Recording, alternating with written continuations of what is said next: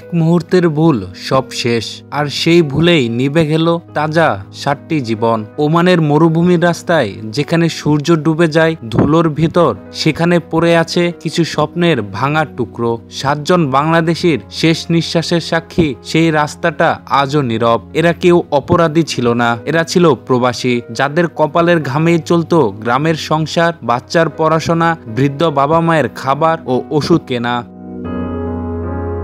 ওমানের দুকুম এলাকা, রাত তখন প্রায় 11টা।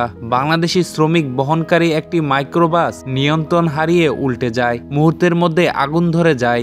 ঘটনাস্থলে মৃত্যু হয় 7 জনের। সবাই চট্টগ্রামের সন্দ্বীপের সারিকাইত ইউনিয়নের ছেলে। কারো বয়স 25, কারো 30, কারো বা 35। এই ছেলেরা সকালে ভিডিও কলে বলেছিল, মা কাল টাকা পাঠাবো, বাবা একটা নতুন ঘর তুলবো। কিন্তু সেই কাল আর আসেনি। তাদের স্বপ্নগুলো মাইক্রোবাসের সাথে পুড়ে গেছে সেই রাতেই।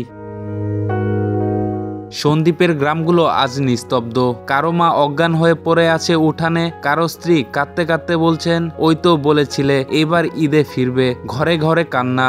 যে ছেলেটা প্রতিদিন ফোনে বলতো ভাই দেশে গেলে একটা দোকান দেব, সে এখন কাঠের বাক্সে ফিরবে। বিমানবন্দরে লাগেজ হিসেবে লেখা থাকবে, অথচ তার লাগেজে থাকার কথা ছিল চকলেট, জামা, উপহার।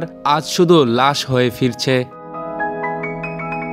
প্রবাসে থাকা লাখো বাংলাদেশের জীবন এমনই ঝুঁকির মধ্যে। দিনের পর দিন খাটে, রোদে পুড়ে, বালির ঝড়ে ক্লান্ত হয়, কিন্তু দেশে টাকা পাঠায় হাসি মুখে। অথচ এক মুহূর্তেই তারা খবরের শিরোনাম হয়ে যায়। আমরা কি কখনো ভাবি তাদের জীবনের এই মূল্য কে দেবে? আজ ওমানের মরুভূমিতে নিভে গেল 7টি প্রদীপ, কিন্তু তাদের আলো নিভে গেলেও তাদের ভালোবাসা, তাদের ত্যাগ চিরকাল জ্বলবে বাংলাদেশের প্রতিটি ঘরে। আল্লাহ তাআলা তাদের জান্নাত দান করুক। আর যারা এখনো বেঁচে থেকে স্বপ্ন বুনছে বিদেশে, তাদের জন্য আমরা নিরাপত্তা চাই, মর্যাদা চাই।